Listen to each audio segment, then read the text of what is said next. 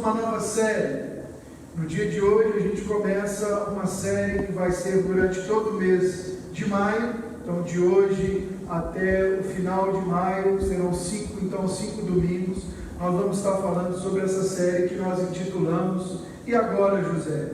Você conhece esse poema? Esse poema é o poema de Carlos Drummond de Andrade, e ele questiona no poema o que fazer. E agora? A noite acabou, e agora? As coisas saíram daquele... O que vem depois? Qual é o próximo passo? Essa expressão também é uma expressão que a gente usa, né, quando as coisas estão indo numa direção e elas bruscamente são mudadas de direção. Elas nos desafiam a readaptar ou a repensar. Muitas vezes, quando nós somos colocados diante de uma encruzilhada, e agora? O que fazer? Então, essa série de mensagens, essas próximas 5 mensagens, vão nos ajudar a pensar: e agora? Quando as coisas fogem do planejado, quando as coisas fogem do nosso controle, como fazer? Qual é a maneira de lidar com isso? Como lidar biblicamente com as coisas? Como que Deus nos desafia a lidar com essas circunstâncias e com essas situações? O que fazer? Essa é a ideia dessa série. Essa é a ideia dessa parada para a reflexão. Como não apenas redirecionar as coisas quando elas saem do previsto, mas como conduzi-las da maneira correta. Muitas vezes a gente está mais preocupado no que vai sair do previsto e redirecionar, sendo que se a gente tivesse começado da maneira correta, talvez muita coisa seria economizada diante da caminhada.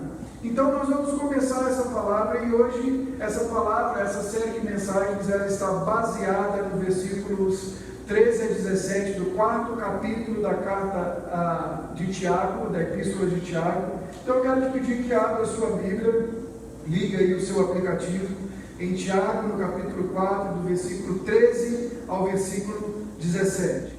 Diz assim: atendei agora, vós que dizeis, hoje ou amanhã iremos para a cidade tal, e lá passaremos um ano, e negociaremos e teremos lucro. Vós não sabeis o que sucederá amanhã. Que é a vossa vida? Sois apenas como neblina que aparece por instante e logo se dissipa. Em vez disso, devíeis dizer: se o Senhor quiser, não só viveremos, como também faremos isto ou aquilo. Agora, entretanto, vos jactais das vossas arrogantes pretensões. Toda jactância semelhante a essa é maligna. Portanto, aquele que sabe que deve fazer o bem e não o faz, nisto está pecando. Vamos orar mais uma vez. Senhor, seja adorado e engrandecido nessa noite. Obrigado, Senhor, porque o Senhor tem falado conosco, o Senhor tem sido conosco. A nossa oração é que o Senhor fale através da palavra na mesma intensidade que o Senhor tem falado conosco através do louvor. Que o Senhor leve as nossas mentes cativas ao Senhor, nos ajude a lidar com as distrações que o fato de estar online nos traz, e nos ajuda, Senhor, a estarmos ligados, estarmos com a mente conectada no Senhor. Leva o nosso pensamento cativo a Ti. Essa é a nossa oração em Cristo Jesus. Amém e amém. Nós temos na família um piloto de avião. Meu irmão, ele desde criança, desde pequeno, o sonho dele, o desejo dele era pilotar avião. Ele sempre gostou, ele sempre desenhou aviãozinho, é o sonho dele, e ele partiu para a carreira de piloto. E se você já andou de avião, você sabe que voar é um ato contra a lei da física, né? Porque aquele negócio é pesado pra caramba, não é uma coisa, vai contra o vento, é pesado, né? Mas é fantástico entrar num avião e saber que você vai percorrer aquele caminho. E conversando com meu irmão, ele estava me dizendo sobre como que a aviação funciona, como que a tecnologia, quão seguro é voar. E a gente conversando, e ele falou para mim assim: Gustavo, não se voa. Todo voo, ele é basicamente por instrumento. Basicamente, você tem vários aparelhos, várias situações, várias tecnologias. Ele me explicou muito por horas, eu não vou saber te explicar direitinho. Mas basicamente a gente tem várias tecnologias backups, que vão dizer para aquele avião que ele está indo para o lugar certo, da maneira certa, do jeito certo. O piloto tem toda a expertise, tem todo o know-how, tem tudo, mas quem vai ajudar no processo é os aparelhos, é voar por instrumentos. E eu conversando com ele, eu falei: Pedro, como é que funciona assim, no meio de uma tempestade, no meio de numa neblina tão grande assim, como é que funciona? Você realmente tem confiança de que vocês vão pousar? Ele falou: Gu, eu tenho total confiança. Eu sei que eu vou pousar, eu confio nesse sistema. Eu estou ali, eu sou piloto, eu tenho a experiência, eu tenho horas de voo, eu tenho que interpretar bem os sinais que aqueles aparelhos me mandam. Esse é o meu papel, é saber, é decodificar bem. O que faz aí o meu achômetro, o que faz um bom piloto é saber interpretar bem os sinais que os controles, os sistemas de controle lhe dão, e aí sim, aumentar, diminuir velocidade, subir, descer, aquela coisa toda que a gente está. E o que isso tudo tem a ver conosco? O que isso tudo tem a ver com o que a gente quer falar no dia de hoje? Quando a gente começa a olhar para o que nós vivemos diariamente, nós vivemos diariamente numa jornada. Nós vivemos diariamente tomando decisões, fazendo escolhas. Nós vivemos diariamente pensando no futuro, pensando à frente. Nós vivemos da forma dinâmica da vida e muitas vezes a gente tem a sensação de que toda a nossa vida, todo o controle da nossa vida depende única e exclusivamente das decisões que tomamos ou deixamos de tomar. Nós vamos adquirindo bússolas no caminho, ou pontos de orientação, ou coordenadas de orientação ao longo do caminho, interpretando essas coordenadas e então lendo e caminhando. Mas nós em algum momento entendemos, decodificamos e pensamos que nós somos o comandante, o piloto dessa aeronave chamada vida. É só você lembrar quando você era adolescente, ou se você tem filhos adolescentes, ou se você conhece adolescentes, quando eles começam, ou pré-adolescentes, quando eles começam a fazer alguma coisa, e aí você corrige, ele diz assim: eu não vejo a hora de crescer, porque aí eu vou ser senhor da minha vida, eu vou fazer o que eu quiser.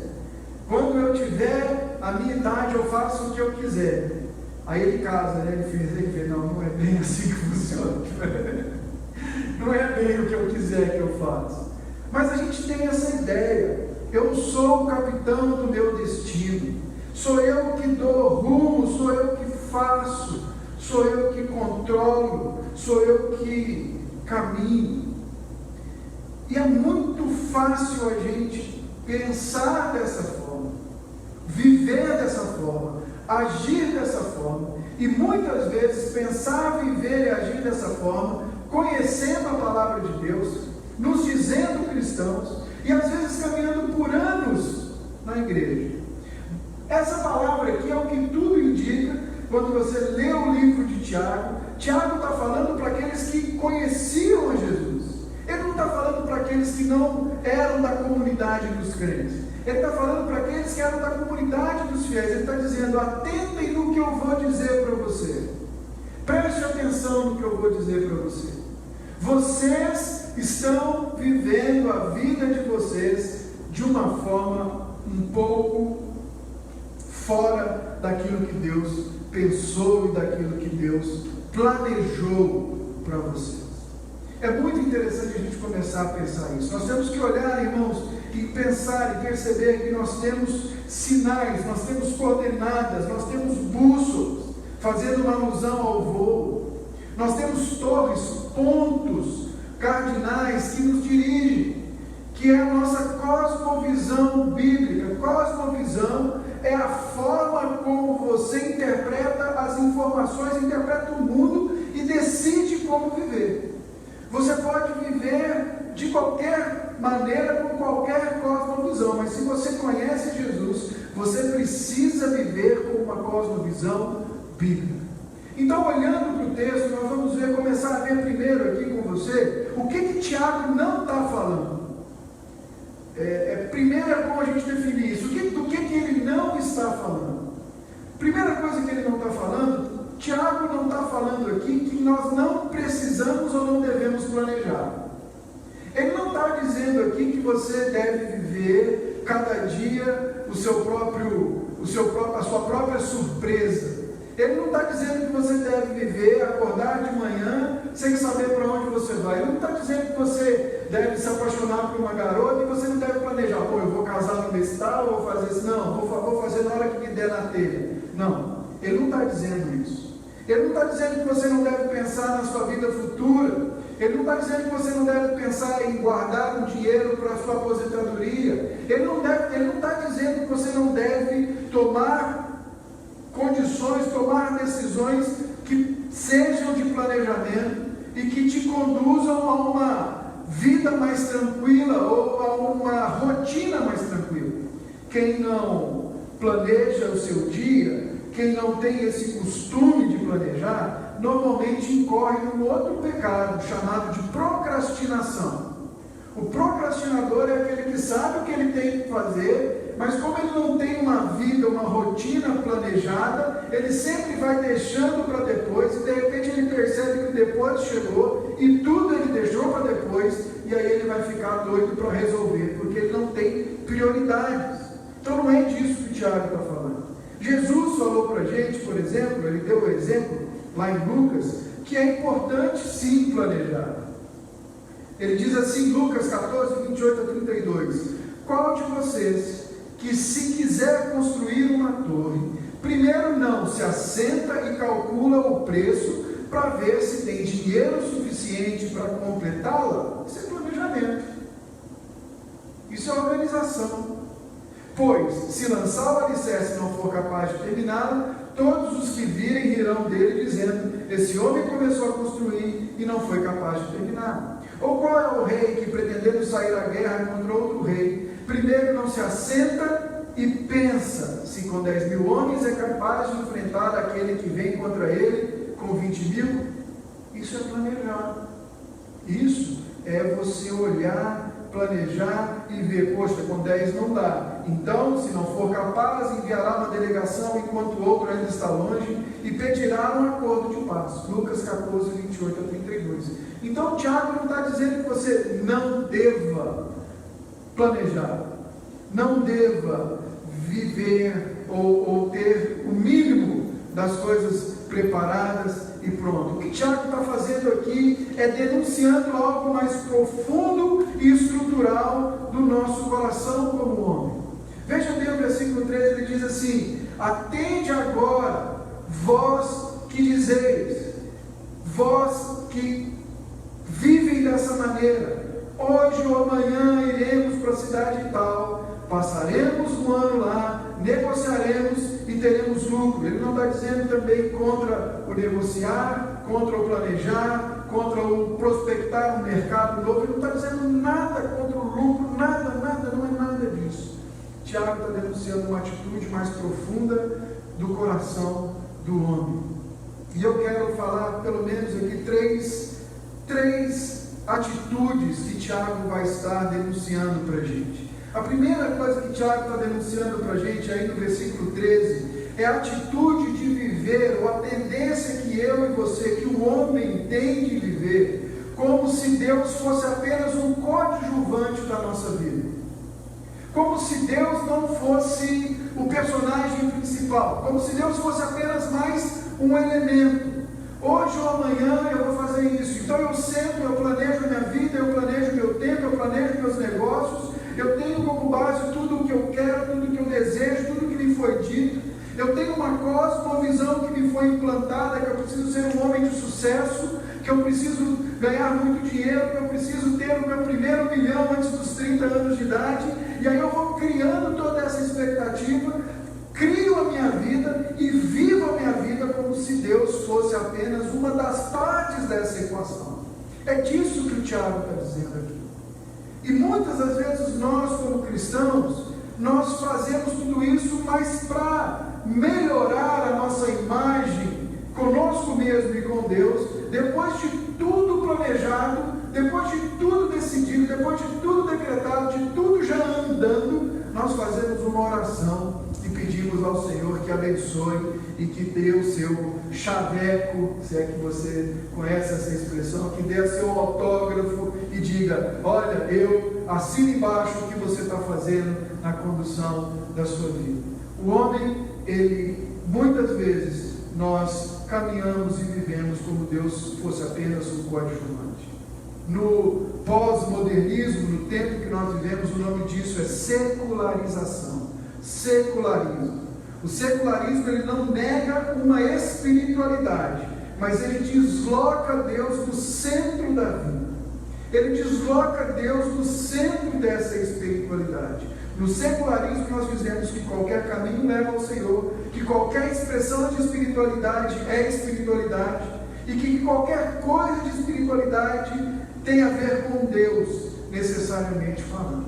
E aí nós vamos caminhando e trilhando esse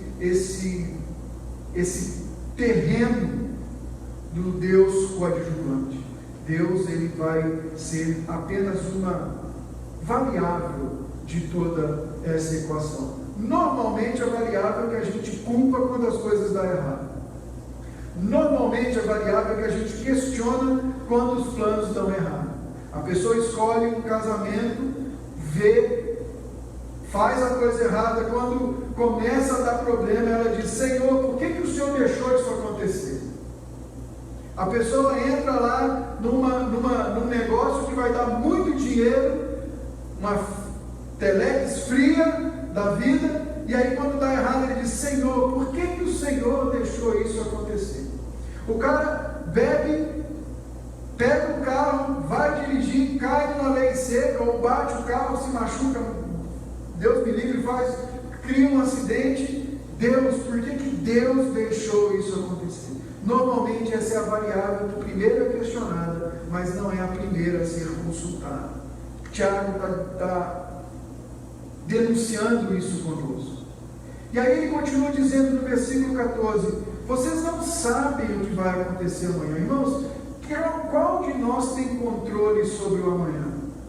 Tudo que nós temos é uma agenda, tudo que nós temos é uma pretensão, tudo que nós temos é uma ideia.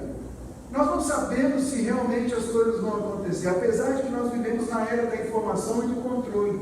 Nós já sabemos daqui a 15 dias como vai estar a previsão do tempo, com pouca margem de erro. Nós já tentamos nos planejar. Os irmãos aí que investem na bolsa ficam ligados e sabendo que o cenário aqui pode afetar ali. Tudo que nós temos são previsões, nós não temos o controle do amanhã. É isso que ele está dizendo. E aí ele faz essa pergunta: o que é a vossa vida? A segunda coisa que ele está confrontando, e tem muito a ver com a primeira, um Deus coadjuvante, nos leva a viver da segunda maneira, que é desconectados de Deus, ou pior, em uma pseudo-conexão. Quais são as maneiras da gente responder dentro daquilo que eu estou chamando, que nós estamos falando aqui de cosmovisão, é essa pergunta: o que é a nossa vida? O ateu vai responder da seguinte maneira: o mal existe no mundo e há evidência para isso. Se o mal existe no mundo, não existe o bem. Se não existe o bem, não existe Deus. Se Deus deixa o mal acontecer. Então, o que é a vida? É algo que eu vivo essencialmente para mim. Talvez eu viva para mais uma ou duas pessoas que estão muito próximas de mim, mas fora disso, eu não tenho por que viver para mais ninguém. Segundo que responde essa pergunta é o agnóstico. Ele vai dizer assim: é impossível saber se Deus existe ou não. Tem referências positivas e tem referências negativas. Então eu vou fazer o seguinte: eu vou viver para mim mesmo até que me prove que Deus existe ou não. Eu vou continuar vivendo para mim mesmo, da minha maneira, e vou viver somente para o hoje, carpe diem, vou curtir o dia de hoje. O hoje é que interessa. Amanhã eu não estou no controle. Não pode até deixar de existir e eu não sei o que vai acontecer, então eu vou focar no hoje. Tem o lógico aquele cara que vai dizer assim: o único conhecimento que importa é a ciência. Então eu vou viver pela ciência e por aquilo que a ciência diz e pode oferecer. Eu vou viver exclusivamente para esse mundo. Eu vou viver exclusivamente para os fatos palpáveis. O hedonista é aquele que vai responder essa pergunta assim: o alvo da vida é o prazer. Então eu vou aplicar toda a minha força, todo o meu conhecimento para obter o máximo de prazer possível, porque esse mundo é meu. Eu mereço esse mundo. Eu tenho o merecimento de tudo que eu vivo e tem que ser bom. E o humanista, que eu coloquei aqui, é aquele que vai dizer que o alvo da vida sou eu. O alvo da vida é eu poder liberar o melhor que há em mim, para que eu desfrute do melhor que existe, para que eu seja o melhor, para que eu tenha da melhor maneira possível. E se Deus me servir para cumprir esse alvo, então eu vou incorporá-lo nesse processo, desde que ele me aprove, me incentiva e extraia o melhor de mim. Tiago nos confronta nisso. O que é a nossa vida? Não dá para viver uma vida de uma pseudo-conexão. Como que nós devemos responder a isso? Tiago vai lembrar para a gente que a nossa vida é instável e finita. Ele vai dizer: a sua vida é como uma neblina que aparece por instante e logo dissipa. Quando eu viajava daqui para Maringá, voltando para casa, muitas vezes eu saía depois do culto, e tem um lugar ali depois de Nova Aurora, tem uma baixada, tem uma serra, tem uma baixada. Eu me lembro que tinha sempre um ponto onde começávamos a baixar, a neblina aparecia. Era uma questão de quilômetros. Às vezes estava bem densa, mas ela aparecia e ela ia embora. Da mesma forma que ela veio, ela sumia. Tiago está dizendo: a sua vida é instável, ela vai acabar, então você precisa responder a essa questão. Como nós respondemos a essa questão, então, irmãos? Nós devemos responder que para nós o viver é Cristo. A minha vida e a sua têm um Senhor. Nós vivemos para a glória desse Senhor. E porque nós vivemos para a glória desse Senhor, nós vivemos para servir aquilo que esse Senhor criou. Nossa vida serve para servir e trazer glória ao Senhor, e nós temos a esperança não só do futuro, mas nós temos o nosso passado reconciliado em Cristo, nós temos o nosso presente garantido no Senhor, e nós temos o nosso futuro projetado em Cristo Jesus. Esses somos nós. Então nós não podemos ter uma pseudo-conexão, nós precisamos estar completamente conectados a Deus. A terceira denúncia que Tiago vai fazer aqui: Tiago está denunciando a tendência do coração do homem, a tendência do homem natural de tentar voar no visual em um cenário onde só se é possível voar por instrumentos. O homem tenta pegar o controle, absorver o controle de todas as coisas num cenário onde o controle não está na mão dele. E a gente precisa entender que esse desvio é um desvio estrutural. E eu quero te convidar a abrir a sua Bíblia no primeiro livro da Bíblia, em Gênesis, lá no capítulo 3. Nós vamos dar uma olhadinha em algumas coisas. A ideia não é expormos e irmos, não teríamos, acho que, tempo esse ano para esgotar esse capítulo, de tanta coisa que a gente teria para falar, mas eu quero olhar para essa corrupção estrutural do homem, que Gênesis vai mostrar para a gente. Em Gênesis capítulo 3, nós vamos ver que as coisas saem do controle, veja bem o que eu estou falando, saem do controle do homem pela primeira vez. Elas não saíram do controle de Deus. Mas isso é conversa para uma outra fase, para um outro tempo.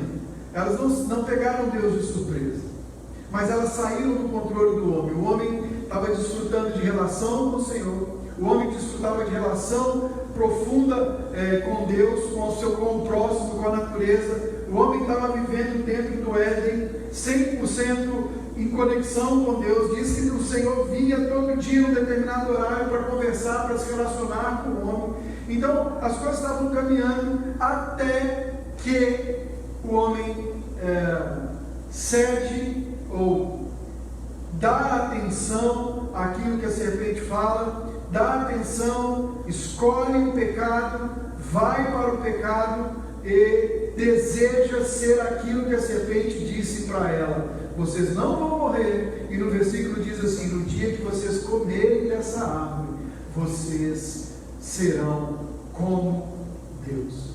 O homem sucumbe à tentação de ser como Deus.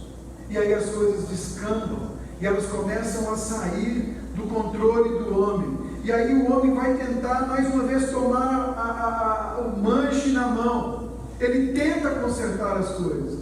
Vamos olhar aqui, se você continuar vendo comigo no versículo 7, nós vamos ver que a primeira coisa que acontece é que o homem começa a enxergar a realidade de uma forma distorcida. No versículo 25 do capítulo 2, termina dizendo que homem e mulher estavam nus e não se envergonhavam. Eles tinham uma percepção da realidade. O versículo 7 do capítulo 3 vai dizer: abriram-se os olhos de ambos e perceberam que estavam nus, cozeram folhas de figueira e fizeram cintas para si. Primeira coisa que acontece é que eles têm uma percepção da realidade distorcida. Eles percebem que eles estão nus. Muitas vezes a gente, lidando com situações que saem do controle, a nossa primeira abordagem para a situação é uma tendência de olhar e perceber a situação ou pior do que ela é, ou muito menos séria do que ela deveria ser. Nós somos afetados no nosso senso de percepção da realidade quando do pecado. Muitas variáveis entraram em tudo isso. Você com certeza já experimentou uma situação onde você olhou para uma situação, você deduziu algo, você formou um conceito, você bateu o martelo, e quando você chegou a coisa era totalmente diferente. Eu tenho certeza que você já vivenciou isso. Eu já vivenciei isso. Então a primeira coisa que acaba na estrutura é que ele começa a perceber a realidade de uma forma distorcida. Depois, versículo 7 na parte B, ele tenta consertar o fato de estar nu de uma forma falha.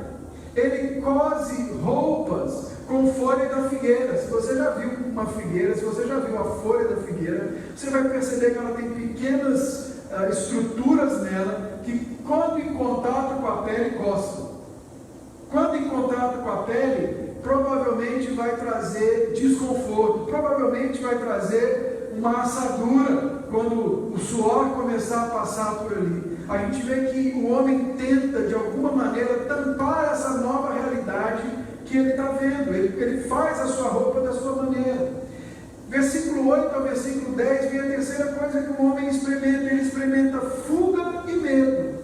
Quando ouviram a voz do Senhor Deus que andava no jardim pela viração do dia, esconderam-se da presença do Senhor Deus, homem e sua mulher, por entre as árvores do jardim. E chamou o Senhor Deus ao homem e lhe perguntou: onde estás? E ele respondeu: ouvi a tua voz no jardim, e porque estava nu, tive medo e me escondi.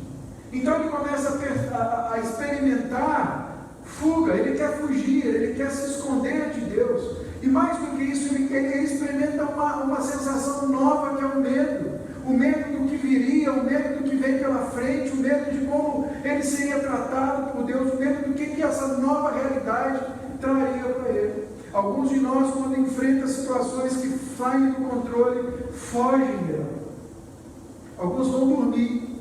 Alguns procuram uma forma de sair da realidade. Então toma um remedinho, ele vai dormir. Outros vão fugir para a comida, outros vão fugir para o sexo, outros vão... Nós estamos arrumando formas de fugir da realidade quando enfrentamos os problemas. Nós vamos enfrentando medo e ansiedade. Medo nos mantém vivos, irmãos. Mas também, se ele nos paralisar, ele nos mata. A ansiedade é deflagrada por não saber lidar com a situação que vem pela frente, muitas vezes com o medo que o novo traz para cada um de nós. O homem não soube lidar com isso.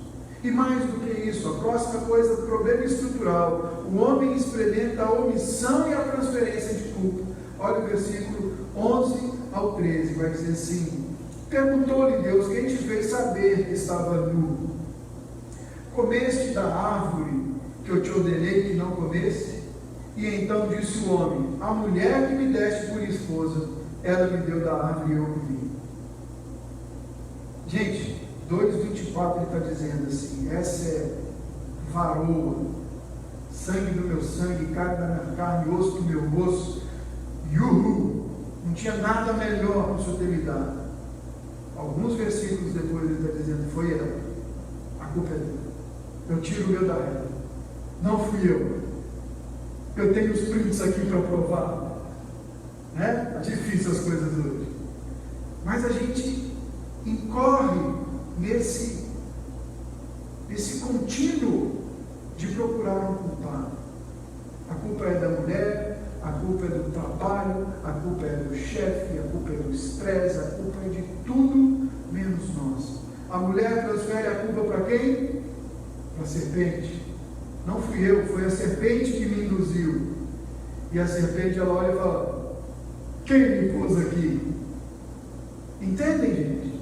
O processo, aonde estoura, de quem é a culpa no final? Tiago vai falar isso para a gente no versículo 16. Ele vai dizer que toda essa estrutura que nos leva a querer coordenar, comandar, andar e dizer que nós podemos conduzir a nossa vida, ele chama isso de vã jactância, ou de vangloriar-se no seu orgulho, de uma glória vã. Ele está dizendo, esse problema estrutural que nós enfrentamos, esse problema estrutural que começou lá no Éden, esse problema que leva o homem a querer governar a vida dele, é muita pretensão desse ser humano achar que toda a vida dele é ele que governa. O homem deve achar que deve entender que é muita pretensão ele crer que ele pode ser como Deus. Mas como consertar? E eu estou partindo agora para o encerramento desse tempo nosso. Como consertar?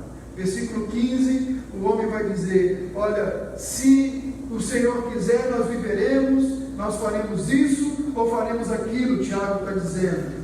Em vez disso, vocês deviam dizer: se o Senhor quiser, não só viveremos, como também faremos isso ou aquilo. Como que Deus lidou com o problema no Éden, irmãos? A primeira coisa, Deus lidou com o problema. O que fazer quando as coisas saem do controle? Pela primeira coisa, irmãos, lidem com ela. Não fujam. Não saiam de cena. Não deixem as coisas por se resolver sozinho. Como fazer quando os relacionamentos saem do controle? Lidem com os relacionamentos. O tempo não resolve, meus irmãos. Deus lidou com o problema. Deus chamou o homem. Quem te fez saber que estava nu? A mulher, a serpente. Deus disse para o homem: olha, você vai ter que trabalhar agora dobrado. Você agora vai ter que suar mais para que a terra produza. Ele falou para a mulher: você agora, ao produzir frutos, ao produzir rebentos, eles virão também com sofrimento. Você vai ter que trabalhar mais para que isso aconteça. Ele diz para a serpente: você é maldita e você será pisada em pouco tempo. Você será destruída em pouco tempo. Deus lidou com o problema. Deus agiu em justiça e em amor. Irmãos, nós precisamos aprender isso. Em justiça e em amor nós precisamos agir e lidar. Se precisa ser feito, você tem que fazer. Faça em justiça, faça em amor. Se você precisa confrontar, confronte em justiça, confronte em amor. Se você está recebendo confronto, entenda que é em amor e que é em justiça que isso está sendo feito e que Deus tem feito. Deus fez isso em amor quando Ele agiu, e Ele pegou esse homem e vestiu-os de forma correta. No capítulo 3 de Gênesis, no versículo 21, vai dizer que Deus fez roupas adequadas para o homem. Deus o vestiu de forma adequada. Deus os tirou do jardim para que eles não tocassem naquela árvore da vida, senão eles não teriam condições de redenção. Deus dar condições para que eles vivam agora, e Deus aponta para a solução final para esse homem. Deus produz ou providencia o instrumento que os dirigiria e os levaria seguros de volta ao Senhor. Lá no versículo 15 de Gênesis 3,15, nós temos o proto-evangelho, quando o Senhor fala a seguinte frase para a serpente. Ele diz: porém inimizade entre ti e a mulher, entre a tua descendência e o seu descendente. Este te ferirá a cabeça, e tu lhe ferirás o calcanhar. Ali naquele momento, o que a gente chama de proto-evangelho, Deus está apontando para o sacrifício de Cristo Jesus na cruz do Calvário. Paulo escreve isso em Efésios, no capítulo 1. Paulo vai escrever sobre esse plano de Deus que começou nesse dia no Éden, ou que começou antes da fundação dos tempos. Ele vai dizer assim, Efésios 1, 9 e 10: desvendando-nos o mistério da sua vontade, segundo o seu beneplácito que propuser em Cristo, de fazer convergir nele, na dispensação da plenitude dos tempos, todas as coisas, como no céu quanto na terra. Em Cristo Jesus nós temos redenção, nós temos restauração, nós temos renovo. Nós não podemos voar se não for conectado à nossa torre de controle, que é Cristo Jesus. Nós temos que voar por instrumentos, irmãos. A diferença nossa, para quem não conhece Jesus, é que o nosso voo não é cego. Nós voamos sabendo que aquelas coordenadas que o nosso comandante nos dá, nos levarão seguro ao lar. Então, como aplicar de forma prática e te reconectar a essa torre de comando? 3 coisas. Primeira, é uma questão de renovação de mente. É pensar a vida a partir da palavra de Deus. É você pensar o seu futuro, o seu amanhã e a sua identidade a partir da palavra de Deus.